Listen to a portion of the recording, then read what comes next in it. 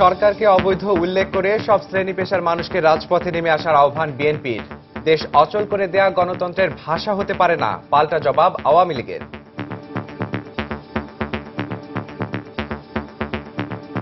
আপনারা আসুন, বেরিয়ে আসুন, প্রতিবাদে সোচ্চার হন। কোথায় সেই তরুণ, কোথায় সেই যুবক? তারা এখনো জেগে উঠছে না কেন?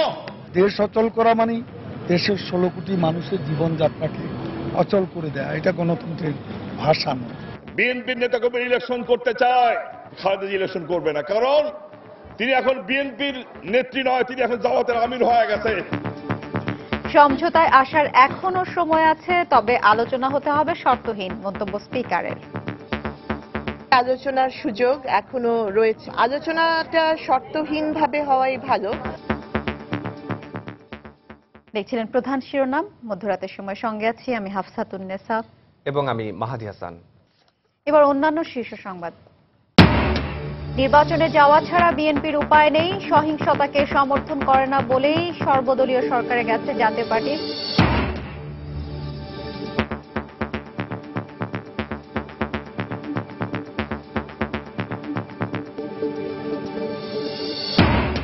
প্রাথমিক শিক্ষা সমাপনী পরীক্ষার প্রশ্নপত্র ফাঁসের ঘটনায় তদন্ত কমিটি গঠন, জড়িতদের বিরুদ্ধে ব্যবস্থা নেওয়ার আশ্বাস। অপহরণের 7 দিন পর গাজীপুর থেকে স্কুল ছাত্রের লাশ উদ্ধার, নারায়ণগঞ্জ থেকে নিখোঁজ হওয়ার একদিন পর মুন্সিগঞ্জে পাওয়া গেল 10 বছরের শিশুর বস্তাবন্দি লাশ। এবং শাহজালাল বিমানবন্দর থেকে এবার 2.5 কোটি টাকা মূল্যের স্বর্ণের বার উদ্ধার, 2 ভারতীয় নাগরিক আটক। চট্টগ্রাম রেল স্টেশনে বইয়ের ভেতর সোনার বার।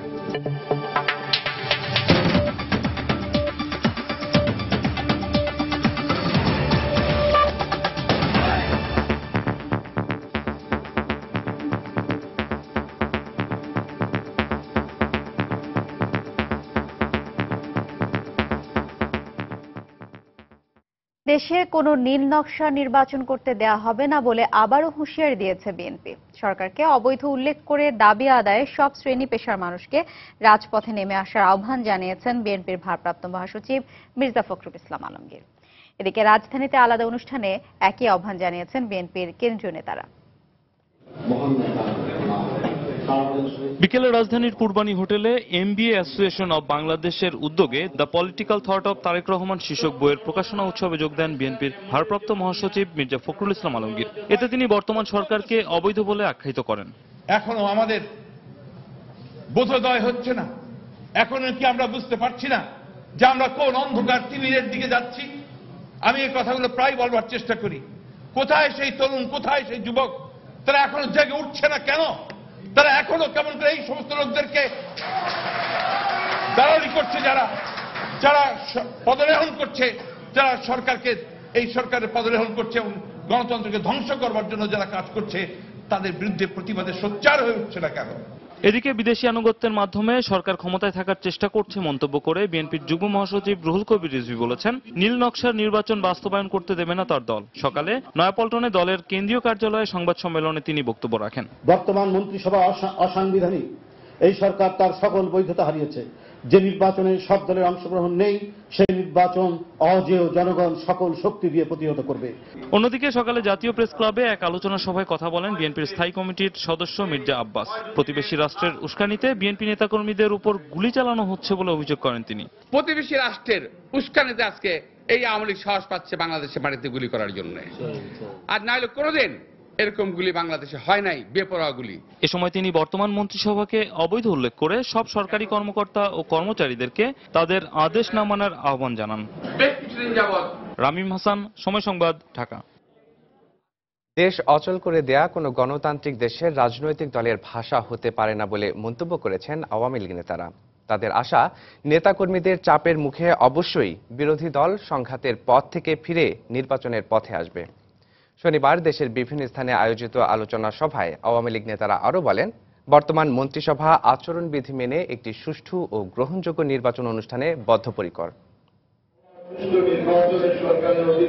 শনিবার বঙ্গবন্ধু অ্যাভিনিউতে ঢাকা মহানগর আওয়ামী লীগ আয়োজিত বর্ধিত সভায় আইন প্রতিমন্ত্রী অ্যাডভোকেট কামরুল ইসলাম বলেন, নির্বাচনে কারচুপির কোনো ইচ্ছে বর্তমান সরকারের নেই। আমাদের বর্তমান এই নির্বাচনকালীন সরকারের প্রতিটি সদস্য সুষ্ঠু নির্বাচনের জন্য আমরা কোড অফ কন্ডাক্ট মেনে চলব। আচরণবিধি অক্ষরে অক্ষরে মেনে চলব। আমরা প্রত্যেকে লেভেল প্লেইং ফিল্ডের করার জন্য নির্বাচন কমিশনকে সহায়তা করব। এছাড়া রাজধানী ডিপ্লোমা ইঞ্জিনিয়ার্স মিলনায়তনে আয়োজিত এক আলোচনা সভায় আওয়ামী লীগ নেতা সুরঞ্জিত সেনগুপ্ত বলেন, বিএনপি নির্বাচনে আসুক বা না আসুক, দলটির রেকর্ড সংখ্যক নেতা নির্বাচনে অংশ নেবে। আপনাদেরও দেখবেন রেকর্ড সংখ্যক প্রার্থী নির্বাচনে অংশগ্রহণ করবে, বেনামিতে আর না হয় সুনামিতে, কোনটা করবেন এটা আপনাকে ঠিক করতে হবে। একই দিন সকালে ফেনীর ফতেপুর রেলওয়ে ওভারপাস কাজের উদ্বোধন করতে এসে যোগাযোগ মন্ত্রী ওবায়দুল কাদের জোর দিয়ে বলেন, সংলাপ হোক আর না হোক, শেষ পর্যন্ত বিএনপি নির্বাচনে অংশ নেবে। দেশ অচল করা মানে দেশের 16 কোটি মানুষের জীবনযাত্রাকে অচল করে দেয়া, এটা গণতন্ত্রের ভাষা নয়। আমি আশা করি বিরোধী দল এই অগণতান্ত্রিক আক্রমণাত্মক ভাষা পরিহার করে সহিংসতার পথে, গণতন্ত্রের পথে, শান্তির পথে, নির্বাচনের পথে আসবে। অনুষ্ঠানে তিনি বিরোধী দলকে সংঘাতের পথ পরিহার করে নির্বাচনের পথে ফিরে আসতে আবারও আহ্বান জানান। তাহসিনা জেসি, সময় সংবাদ, ঢাকা। বিএনপির নেতাকর্মীরা নির্বাচনে অংশ নিতে চাইলেও জামায়াতের পরামর্শে বিরোধী দলীয় নেতা বেগম খালেদা জিয়া নির্বাচনে আসতে চায় না বলে মন্তব্য করেছেন আওয়ামী লীগের প্রেসিডিয়াম সদস্য মোহাম্মদ নাসিম। শনিবার বিকেলে মিরপুরের পীরের বাগে এক অনুষ্ঠানে তিনি একথা বলেন। বিএনপির নেতাকর্মী ইলেকশন করতে চায়, আমি ইসলাম গ্রামে দেখেছি, পাবনা সিরাজগঞ্জ দেখেছি, তার ইলেকশন করতে চায়। খালেদা জিয়া ইলেকশন করবে না, কারণ তিনি এখন বিএনপির নেত্রী নয়, তিনি এখন জামাতের আমির হয়ে গেছে। বিএনপির কথাও তিনি শোনেন না, কারণ জামাত বলে দিছে মানুষ মারতে হবে, ইলেকশন বন্ধ করতে হবে, না হলে পথ নাই। আন্দোলনের ট্রেন মিস করছেন, এবার নির্বাচন ট্রেন চালু হয়ে গেছে। এই ট্রেনে যদি উঠতে না পারেন, ট্রেনও মিস করবেন, নির্বাচন ট্রেন ইনশাল্লাহ মিস করবেন। এদিকে জাতীয় পার্টির চেয়ারম্যান হুসেইন মোহাম্মদ এরশাদ বলেছেন, বিএনপিকে নির্বাচনে আসতেই হবে, নির্বাচনে অংশগ্রহণ করা ছাড়া তাদের আর কোনো উপায় নেই। শনিবার বিকেলে রাজধানীর কাকরাইলে জাতীয় পার্টির কেন্দ্রীয় কার্যালয়ে নতুন মন্ত্রীদের সঙ্গে গণসংবর্ধনা অনুষ্ঠানে তিনি একথা বলেন। জাতীয় পার্টি শান্তিপূর্ণ রাজনীতি করতে চায় একথা উল্লেখ করে এরশাদ বলেন, নির্বাচনে না গেলে সহিংসতাকেই সমর্থন করা হতো। তার দল হরতালের রাজনীতিতে বিশ্বাস করে না। তিনি বলেন, দুই দলের কারণে দেশের মানুষ আজ নিষ্পেষিত। এজন্য বিএনপি ও আওয়ামী লীগ ছাড়া তৃতীয় শক্তি হিসেবে জাতীয় পার্টিকে ভোট দেওয়ার আহ্বান জানান তিনি।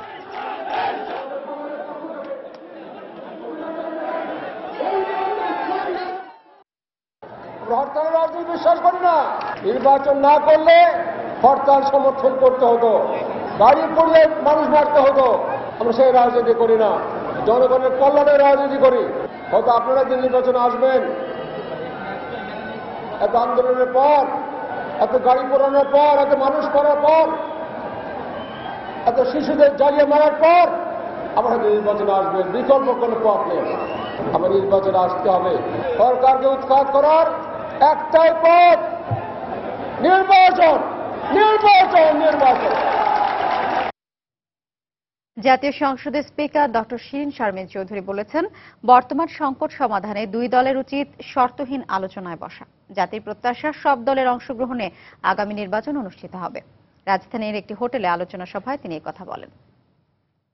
সকল দলের অংশগ্রহণের মাধ্যমে একটি অবাধ, সুষ্ঠু, নিরপেক্ষ নির্বাচন জাতির প্রত্যাশা। সরকারি দল এবং বিরোধী দলকে আলোচনার মাধ্যমে এই বিষয়টিতে একটি সমঝোতায় উপনীত হতে হবে এবং সেই আলোচনার সুযোগ এখনো রয়েছে বলে আমি মনে করি। সকলেই কিন্তু আলোচনা করতে চাচ্ছেন, কাজেই আলোচনাটা শর্তহীনভাবে হওয়াই ভালো। একটা উন্মুক্ত আলোচনার মাধ্যমে যদি তারা একটা ঐক্যমতে পৌঁছাতে পারেন, তাহলে সেটা অত্যন্ত কার্যকর হবে। নারীদের রাজনৈতিক ক্ষমতায়ন নিশ্চিত করার ক্ষেত্রে মনোনয়ন দেওয়ার ব্যাপারেও যদি অধিক সংখ্যক নারীকে মনোনয়ন দেওয়া হয়, তাহলে সংসদে নারী প্রতিনিধিত্ব বাড়ার ক্ষেত্রে সেটি সহায়ক ভূমিকা রাখবে। এদিকে কঠোর নিরাপত্তার মধ্যে দেশের 300 আসনে প্রার্থীদের জন্য মনোনয়ন ফর্ম সহ অন্যান্য নির্বাচনী সামগ্রী পাঠাতে শুরু করেছে নির্বাচন কমিশন। শনিবার বিকেলে 3:30টায় বাংলাদেশ গভর্নমেন্ট প্রেস থেকে এসব সামগ্রী পাঠানো শুরু হয়। এসব সামগ্রীর মধ্যে রয়েছে মনোনয়ন ফর্ম, নির্বাচনের বিভিন্ন নির্দেশিকা, রসিদ বই, সহকারী প্রিজাইডিং কর্মকর্তাদের পরিচয়পত্র সহ অন্যান্য উপকরণ। নির্বাচনের প্রাথমিক প্রস্তুতি হিসেবে মাঠ পর্যায়ের সব কর্মকর্তাদের কাছে এসব পাঠানো হচ্ছে বলে জানিয়েছে নির্বাচন কমিশনের দায়িত্বপ্রাপ্ত সহকারী সচিব। খুব শিগগিরই তফসিল ঘোষণা করা হতে পারে। নির্বাচনী প্রস্তুতির যে প্রাথমিক বিষয়গুলো এগুলো সম্পন্ন করেছি আমরা। আর আজকে আমরা নমিনেশন পেপার সহ নির্বাচন অনুষ্ঠানের আগ পর্যন্ত যেসব ফর্ম প্রয়োজন, নমিনেশন ফর্ম, নির্দেশিকা, রসিদ বই, জামানত বই, নমুনা পোস্টার, মোট কথা নির্বাচন অনুষ্ঠানের আগ পর্যন্ত আমার যা কিছু প্রয়োজন সবই পাঠিয়ে দিচ্ছি। প্রাথমিক ও ইবতেদায়ী শিক্ষা সমাপনী পরীক্ষায় হরতাল অবরোধের মতো সহিংস রাজনৈতিক কর্মসূচির শঙ্কার পরে এবার যোগ হয়েছে প্রশ্নপত্র ফাঁসের আতঙ্ক। এর ফলে সারা বছর ধরে পড়াশোনার পরও সন্তানেরা কাঙ্ক্ষিত ফলাফল করতে পারবে না বলে আশঙ্কা করছেন অভিভাবকরা। এদিকে প্রশ্নপত্র ফাঁসের ঘটনায় একটি তদন্ত কমিটি গঠন করেছে প্রাথমিক ও গণশিক্ষা মন্ত্রণালয়। সিদ্ধেশ্বরী গার্লস স্কুলের প্রাথমিক শিক্ষা সমাপনী পরীক্ষার্থী পুনম পিয়াম নয়না সারা বছর প্রত্যেকটি বিষয়ের জন্য ধারাবাহিকভাবে পড়াশোনা করেছে সে, কিন্তু গণিত এবং বাংলা বিষয়ের প্রশ্নপত্র ফাঁসের ঘটনায় কিছুটা মন খারাপ তার। বাবা মাকে বারবার জিজ্ঞাসা করছে অন্যরা প্রশ্ন আগে থেকে পেলে সে পিছিয়ে পড়বে কিনা। সবাই প্রশ্ন পেয়েছিল, তাই আমার জানতে ইচ্ছা হয়েছে যে কি প্রশ্ন আসবে, সবাই তো আগেই পেয়ে গেছে। এদিকে প্রতিযোগিতামূলক পরীক্ষায় এ ধরনের ঘটনাতে দারুণ ক্ষুব্ধ অভিভাবকরা। সন্তানদের ভবিষ্যৎ নিয়ে চিন্তিত তারা। লেখাপড়া করে ছোট মানুষ, এরা একদম ছোট বাচ্চা, শিশু, এত সুন্দর করে লেখাপড়া করে, পুরো বইটাই ওরা একদম মুখস্থ করে মতো পড়াশোনা করে, কিন্তু প্রশ্নটা ফাঁস হইলে এটা কিন্তু মেধাটা আর যাচাই হয় না। ছেলের কাছে অনেক কষ্ট এবং আমার কাছে তো আরো বেশি কষ্ট। এ ঘটনার মূল হোতা খুঁজে বের করে আইনের আওতায় আনার দাবি জানালেন তারা। প্রত্যেকটা স্কুলের বা যে কোনো জায়গায় বা হাটে মাঠে ঘাটে যেখানেই বলেন, খালি এক কথাই শুনি যে এবার পিএসসি পরীক্ষার প্রশ্ন ছড়াছড়ি হয়ে গেছে, এবার সবাই পাচ্ছে। ভবিষ্যতে দেখা যায় এই বাচ্চাগুলা ঝরে পড়ে যায়, ওদের মেধা প্রকাশও পায় না। সরকারকে বলবো এই চক্রটাকে ধরে শাস্তির ব্যবস্থা করা। এদিকে প্রাথমিক ও গণশিক্ষা মন্ত্রণালয় থেকে শনিবারে এক প্রেস বিজ্ঞপ্তিতে বলা হয়, প্রশ্ন ফাঁসের ঘটনায় প্রধানমন্ত্রীর নির্দেশে একটি তদন্ত কমিটি গঠন করা হয়েছে। তদন্ত রিপোর্ট হাতে পাওয়ার পর জড়িতদের বিরুদ্ধে ব্যবস্থা নেওয়া হবে বলেও জানানো হয় বিজ্ঞপ্তিতে। শাতিলা শারমিন, সময় সংবাদ, ঢাকা। মধ্যরাতের সময় আরো থাকছে। রোববার শুরু হচ্ছে বিপিএল এ ম্যাচ ফিক্সিং এর আনুষ্ঠানিক বিচার। আপিলের সুযোগ পাবেন অভিযুক্তরা।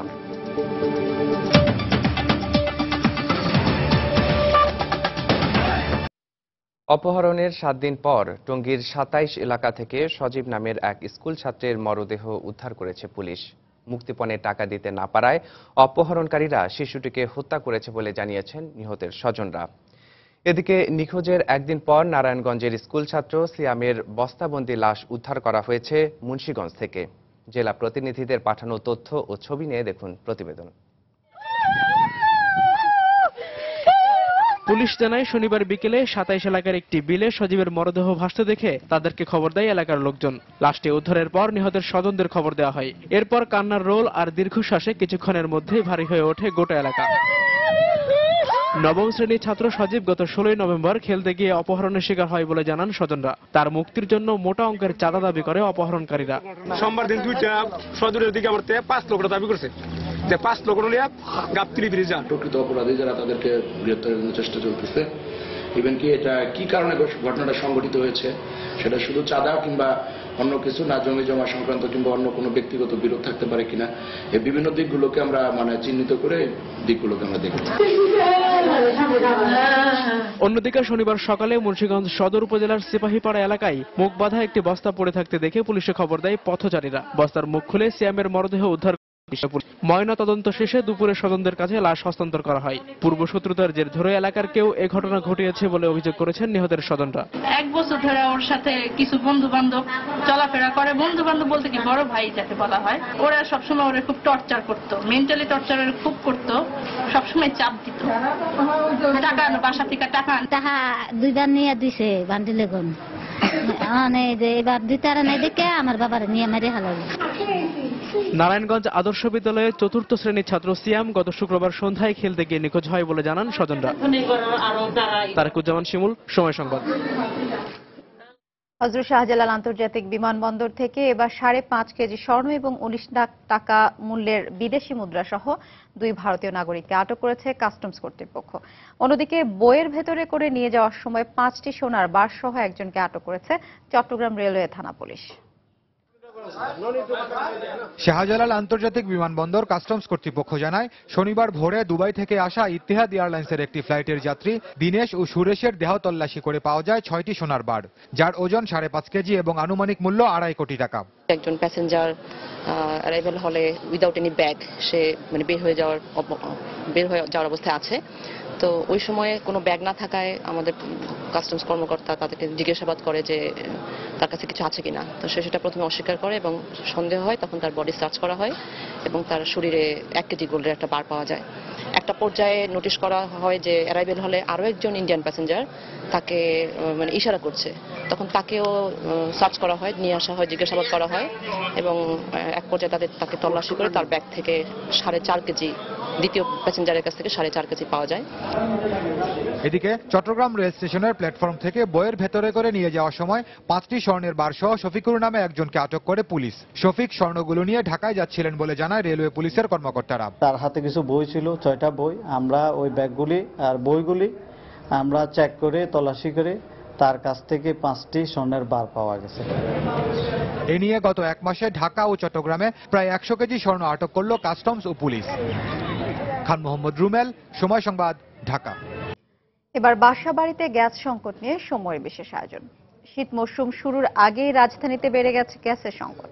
লাইনে চাপ কম থাকার পাশাপাশি অবৈধ সংযোগ বেড়ে যাওয়ার কারণে ভোগান্তি পোহাচ্ছেন রাজধানীর আবাসিক গ্রাহকরা।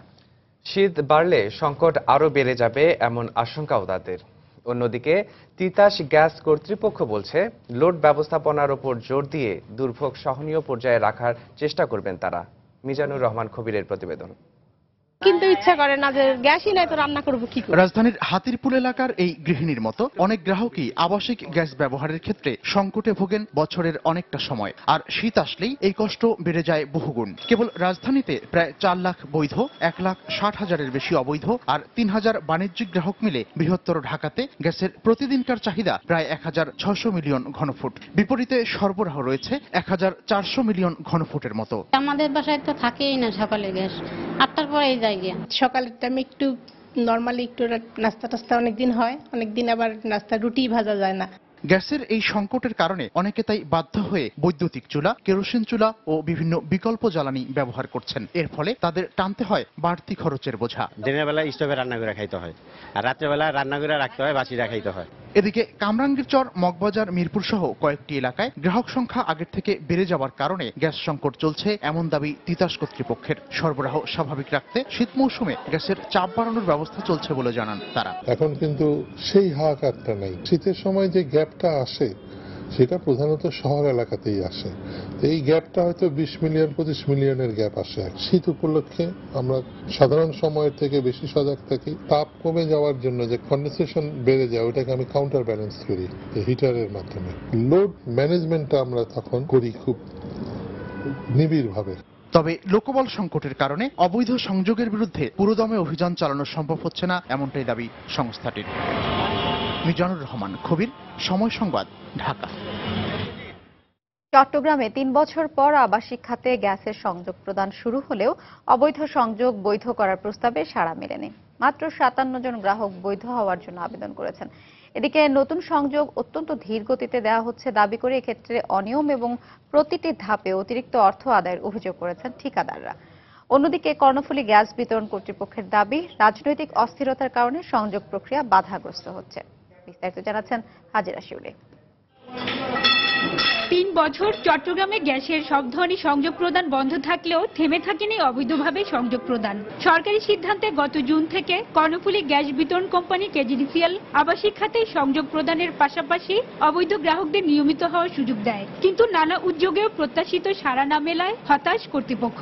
ঠিকাদাররা বলছেন, সংযোগ বিচ্ছিন্নের ভয়ে অবৈধ গ্রাহকরা আন্ডারগ্রাউন্ডে সংস্থার কর্মচারীদের সাথে বোঝাপড়া করছে। স্থানীয় পত্রিকা, জাতীয় পত্রিকা বিভিন্নভাবেই আমরা সংবাদ সম্মেলন করে আমরা স্পষ্ট করেছি, কিন্তু দুঃখজনক হলেও সত্যি যে সবাই আশানুরূপ সাড়া পাওয়া যায়নি। প্রত্যেকটা জায়গায় রাউজান পটিয়া টুটি এইসব জায়গার লোক বাক্রাবাদে চাকরি করে। কর্ণফুলী গ্যাসের ওরা জানে যে ওই এই অফিসে চাকরি করে, তখন আসে জেনারেলি তার এলাকার লোক চাকরি করে, সে এটা অ্যারেঞ্জ করে।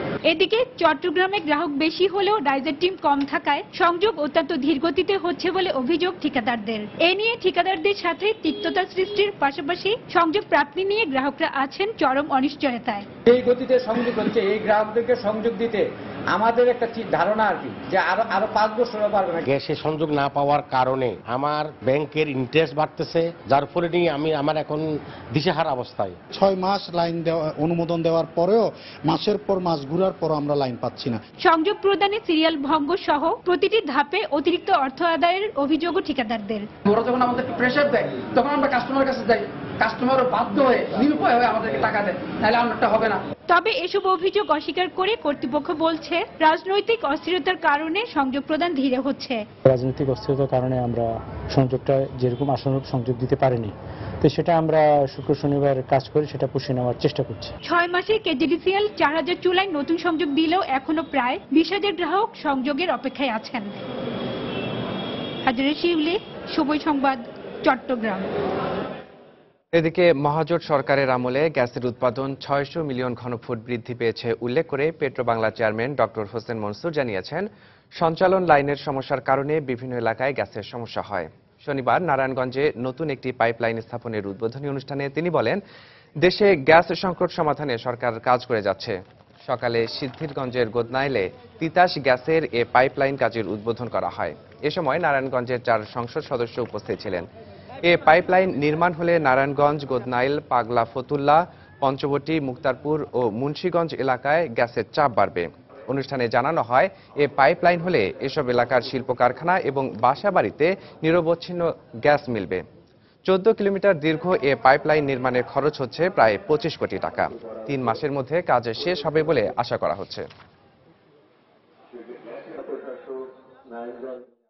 আমাদের সাফল্য আসতে জন্যই তো বিদ্যুৎ উৎপাদন হয়, আমাদের সাফল্য আসতে জন্যই তো শিল্প কারখানায় এখনো শ্রমিকরা কাজ করে, আমাদের সাফল্য আসতে জন্যই তো গৃহিণীরা ঘরে রান্না করে, আবার কৃষকেরা সার পায়। তাহলে আমাদের সাফল্য নেই কোথায়? যখন জোট সরকার ক্ষমতায়, এই মহাজোট সরকার যখন ক্ষমতা আসে, সেই দিনের উৎপাদন ছিল 1713 মিলিয়ন। আমরা এখন উৎপাদন করি সরবরাহ লাইনে, আমরা উৎপাদন করি 2330 মিলিয়ন। জমি সংক্রান্ত বিরোধের জেরে নাটোরের লালপুরে ঘুমন্ত স্বামী স্ত্রীর গায়ে পেট্রোল ঢেলে আগুন ধরিয়ে দেয় দুর্বৃত্তরা। এতে ঘটনাস্থলেই স্বামী হাবিবুর রহমানের মৃত্যু হয়। এছাড়া গুরুতর আহত অবস্থায় স্ত্রী সুফিয়াকে উদ্ধার করে রাজশাহী মেডিকেলে নেওয়া হয়। পুলিশ জানায়, নাটোরের লালপুরের কুজিপুকুর গ্রামের সুফিয়া বেগমের সাথে তারই 2 ভাই ইব্রাহিম ও আকাশের পৈতৃক সম্পত্তি নিয়ে দীর্ঘদিন বিরোধ চলে আসছিল। এরই জের ধরে দুর্বৃত্তরা শুক্রবার গভীর রাতে ঘরে ঢুকে ঘুমন্ত সুফিয়া বেগম এবং তার স্বামীর গায়ে পেট্রোল ঢেলে আগুন ধরিয়ে দেয়। এতে সুফিয়ার স্বামী হাবিবুর রহমান ঘটনাস্থলেই মারা যান এবং আশঙ্কাজনক অবস্থায় উদ্ধার করে সুফিয়াকে রাজশাহী মেডিকেল হাসপাতালে ভর্তি করা হয়। জমি করি ধরেন ইব্রাহিম আর নান্টু আর হাউস আর আকাশ রাইতে আগুন ধরা দিয়ে পোড়া দিতে করি। জমি জমার বিরুদ্ধে এই ঘটনা ঘটেছে এবং এটা প্রিভিয়াস এলিমিটি আছে। তো এদের বিবাদী পক্ষ রাতের অন্ধকারে তারা হয়তো বলা জানি তারা আগুন দিয়েছে এবং ঘটনাস্থলেই একজন মারা গেছেন। দেশের বর্তমান রাজনৈতিক পরিস্থিতি ও আসন্ন জাতীয় সংসদ নির্বাচন নিয়ে প্রধান 2 রাজনৈতিক দলের সঙ্গে আলোচনায় বসতে আগ্রহ প্রকাশ করেছে সদ্য নিবন্ধনপ্রাপ্ত বাংলাদেশ ন্যাশনালিস্ট ফ্রন্ট বিএনএফ। শনিবার সকালে ঢাকা রিপোর্টার্স ইউনিটিতে সংবাদ সম্মেলনে দলের প্রধান সমন্বয়ক আবুল কালাম আজাদ এ আগ্রহ প্রকাশ করেন। এ সময় 300 আসনে নির্বাচন করার কথা জানান তিনি। আমরা নির্বাচনে অংশগ্রহণ করার ঘোষণা দেওয়ার পরও আমরা বেগম জিয়ার সাথে নির্বাচন নিয়ে কথা বলতে চাই, নির্বাচনের পরিবেশ পরিস্থিতি, নির্বাচনে অংশগ্রহণ করার বিষয়ে কথা বলতে চাই এবং আমরা তার সাথে কথা বলার পরে প্রধানমন্ত্রী আওয়ামী লীগ সভানেত্রীর সাথেও কথা বলতে চাই। আমরা একটা রাজনৈতিক ফয়সালা চাই, একটা সমঝোতা চাই। আরেকবার জানিয়ে দিচ্ছি এখন পর্যন্ত শীর্ষ সংবাদগুলো। তত্ত্বাবধায়ক সরকারের দাবি আদায়ে সবাইকে রাজপথে নেমে আসার আহ্বান বিএনপির। দেশ অচল করে দেয়া গণতন্ত্রের ভাষা নয়, মন্তব্য আওয়ামী লীগের। সংকট উত্তরণে সমঝোতার সুযোগ এখনো আছে অভিমত স্পিকারের, সব পক্ষকে শর্তহীন আলোচনায় বসার তাগিদ। নির্বাচনে যাওয়া ছাড়া বিএনপির উপায় নেই, সহিংসতাকে সমর্থন করে না বলেই সর্বদলীয় সরকারে গেছে জাতীয় পার্টি, মন্তব্য এরশাদের। কঠোর নিরাপত্তায় দেশের ৩০০ আসনে প্রার্থীদের জন্য মনোনয়ন ফর্ম পাঠাতে শুরু করেছে নির্বাচন কমিশন। প্রাথমিক শিক্ষা সমাপনী পরীক্ষার প্রশ্নপত্র ফাঁসের ঘটনায় তদন্ত কমিটি গঠন, জড়িতদের বিরুদ্ধে ব্যবস্থা নেওয়ার আশ্বাস। এবং অপহরণের 7 দিন পর গাজীপুর থেকে স্কুল ছাত্রের লাশ উদ্ধার, নারায়ণগঞ্জ থেকে নিখোঁজ হওয়ার একদিন পর মুন্সিগঞ্জে পাওয়া গেল 10 বছরের শিশুর বস্তাবন্দি লাশ।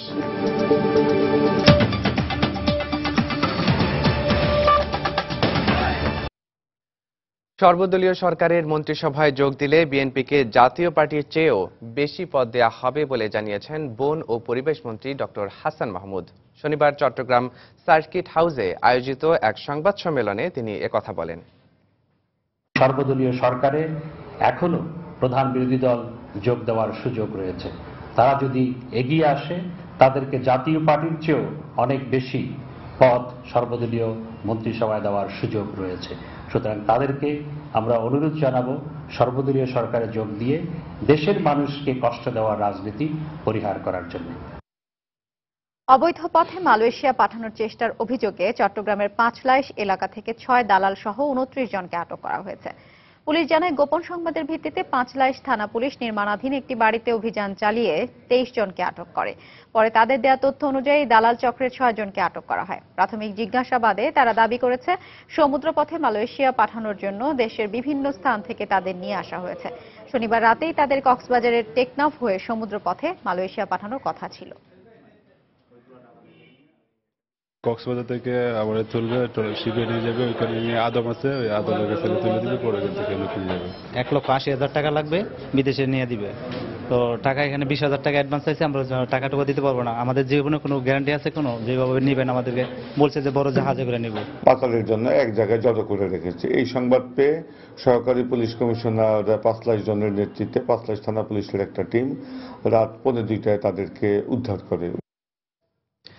যে গৃহকর্মীকে গুমের অপরাধে জামালপুরের এক দম্পতি এখনো কারাগারে বন্দী জীবনযাপন করছেন, সেই গৃহকর্মীকেই শেষ পর্যন্ত গ্রেপ্তার করল পুলিশ। খোদ পুলিশ সুপার শনিবার ঘটনাটি জানালেন সাংবাদিকদের। এদিন সন্ধ্যায় এক সংবাদ সম্মেলনে বলা হয়, ঘটনাটি 2004 সালের। গৃহকর্মী লাকি নিজে পালিয়ে গেলেও তার বাবা তরাজ মিয়া গুমের অভিযোগ করে শাহিন মিয়া ও সাহেরা বেগম সজনী দম্পতির বিরুদ্ধে মামলা করেন। প্রাথমিক তদন্ত শেষে অভিযুক্ত দম্পতিকে গ্রেপ্তার করে কারাগারে পাঠানো হয়। ঘটনাটি জানতে পেরে কয়েকদিন আগে পুলিশ ঘটনাটির পুনঃ তদন্ত শুরু করে। শেষ পর্যন্ত হবিগঞ্জে শ্বশুরবাড়ি থেকে তারা লাকিকে গ্রেপ্তার করতে সক্ষম হয়। পরে তরাজ মিয়াকেও গ্রেপ্তার করা হয়। যেটা বিপন্ন হতে পারত সেটাও আমরা রক্ষা করতে। মঙ্গল থেকে একটা কাজের মেয়ে নিয়ে আসছিল, তো ওই মেয়েটা জামালপুরে আসার পর এখান থেকে চলে যায়। তারপর ওখান থেকে মেয়ের বাবা মামলা করার পর আমার বোনের হাজবেন্ড জানে না, তাদেরকে অ্যারেস্ট করা হয়, তারা যাবজ্জীবনের আসামি হয়েছে। বিষয়টা আমার মনে দাগ কাটে এবং কথার সূত্র ধরে জানতে পারি লাকি নামের একটা মেয়ে, কাজের মেয়েকে সে রেখেছিল, সেটা মেয়েটা পালিয়ে যায় এবং বিনা তাদের অনুপস্থিতিতে তাদের যাবজ্জীবন কারাদণ্ড হয়েছে। ভিকটিমকে উদ্ধার করে নিয়ে এসেছি। আমি বিশ্বাস করি যে আইনগত প্রক্রিয়ায় ওই যাবজ্জীবন প্রাপ্ত 2 জন মুক্ত হবে। রাতে রাজধানীর বনানীর এক বাসায় আওয়ামী লীগের সাধারণ সম্পাদক সৈয়দ আশরাফুল ইসলামের সঙ্গে একান্তে বৈঠক করেছেন বিএনপির ভারপ্রাপ্ত মহাসচিব মির্জা ফখরুল ইসলাম আলমগীর। তবে পরে গুলশানে বিএনপির দলীয় কার্যালয়ের সামনে এ ধরনের খবরকে ভিত্তিহীন বলে দাবি করেছেন মির্জা ফখরুল। আপনারা অত্যন্ত আগ্রহের সঙ্গে অপেক্ষা করছেন একটা সংলাপের জন্য, কিন্তু আপনাদেরকে আমি অত্যন্ত সেই খুশি করতে পারছি না, কোনো সংলাপ হয়নি। ধন্যবাদ। বর্ণাঢ্য আয়োজনের মধ্য দিয়ে শনিবার অনুষ্ঠিত হল ঐতিহ্যবাহী ঢাকা কলেজের প্রতিষ্ঠাবার্ষিকী এবং প্রাক্তন ছাত্রদের পুনর্মিলনী। 3 পর্বে বিভক্ত এ অনুষ্ঠানে অংশ নেন কলেজের প্রাক্তন ছাত্র ও দেশবরেণ্য ব্যক্তিবর্গ। অধ্যক্ষ ডক্টর আয়েশা বেগমের সভাপতিত্বে আলোচনা, সম্মাননা প্রদান এবং সাংস্কৃতিক অনুষ্ঠানে অংশ নেন কলেজের প্রবীণতম ছাত্র ও প্রত্নতাত্ত্বিক আবুল কালাম আজাদ, মোহাম্মদ জাকারিয়া, অধ্যাপক আব্দুল্লাহ আবু সাইদ, শিক্ষা সচিব ডক্টর কামাল আবু নাসির চৌধুরী ও জাতীয় বিশ্ববিদ্যালয়ের উপাচার্য অধ্যাপক হারুনুর রশিদ। অনুষ্ঠানে বক্তারা অবিভক্ত ভারতের প্রাচীনতম প্রতিষ্ঠান হিসেবে ঢাকা কলেজের অবদান স্মরণ করেন। এই আয়োজনের মিডিয়া পার্টনার ছিল সময় মিডিয়া লিমিটেড। সুবিধাবঞ্চিত মানুষের কাছে ব্যাংকিং সেবা পৌঁছে দিতে মোবাইল আর্থিক পরিষেবা ইউক্যাশ চালু করেছে ইউনাইটেড কমার্শিয়াল ব্যাংক। শনিবার রাজধানীর hotel সোনারগাঁওয়ে ব্যাংকটির chairman M A Hashem UCash এই সেবার উদ্বোধন করেন। প্রথমবারের মতো এর গ্রাহকরা তাদের জমাকৃত অর্থের উপর ইন্টারেস্ট পাবেন। দ্রুত ও সহজে ইউক্যাশের সুবিধা নিশ্চিত করতে দেশব্যাপী 10,000-এর বেশি এজেন্ট নিয়োগ করা হয়েছে। প্রাথমিক পর্যায়ে শুধুমাত্র রবি ও এয়ারটেলের গ্রাহকরা এই সেবাটি ভোগ করতে পারলেও অন্যরা শিগগিরই পাবেন বলে জানিয়েছেন ব্যাংক কর্তৃপক্ষ।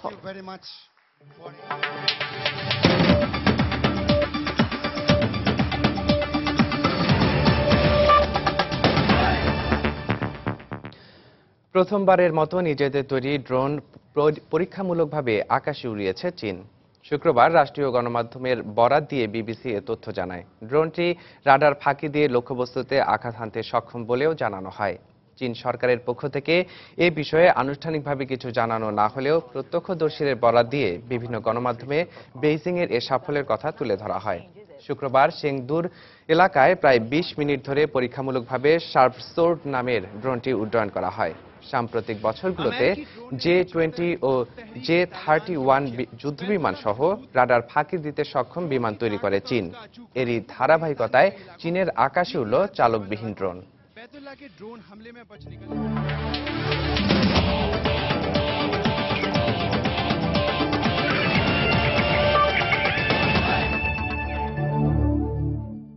বিপিএল ফিক্সিং প্রসঙ্গ।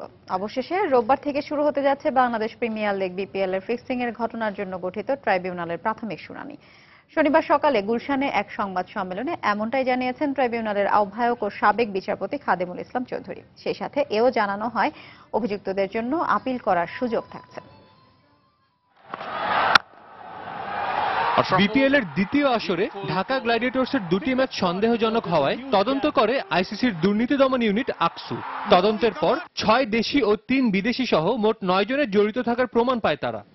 এরপর গেল 13 আগস্ট বেশ ঘটা করেই আইসিসি প্রধান নির্বাহী সহ বিসিবি সভাপতি ফিক্সিং তদন্তের জন্য 40 দিনের মধ্যে ট্রাইব্যুনাল গঠনের ঘোষণা দেন। কিন্তু ডিসিপ্লিনারি প্যানেল গঠন করতে বিসিবির সময় লেগে যায় 2 মাস।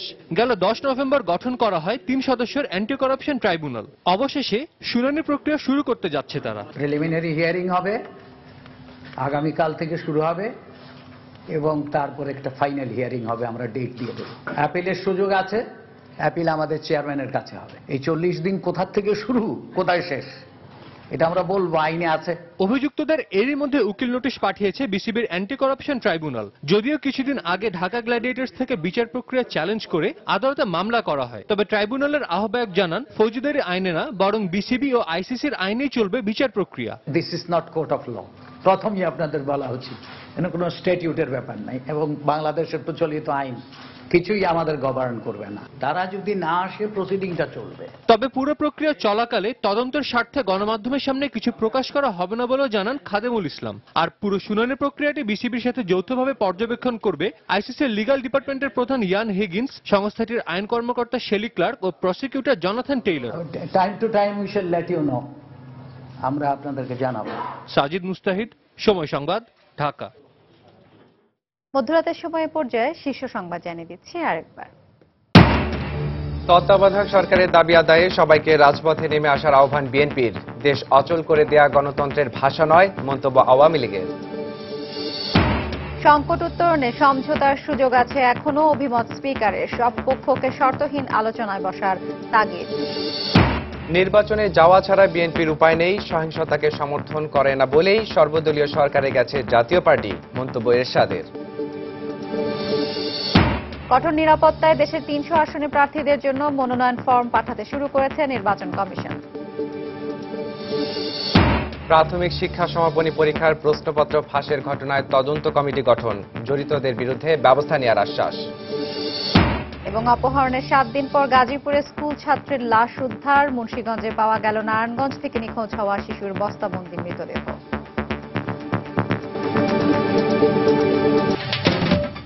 এ ছিল মধ্যরাতের সময়। যে কোনো খবর পেতে ভিজিট করুন সময়নিউজ.tv। সঙ্গে থাকুন সময়।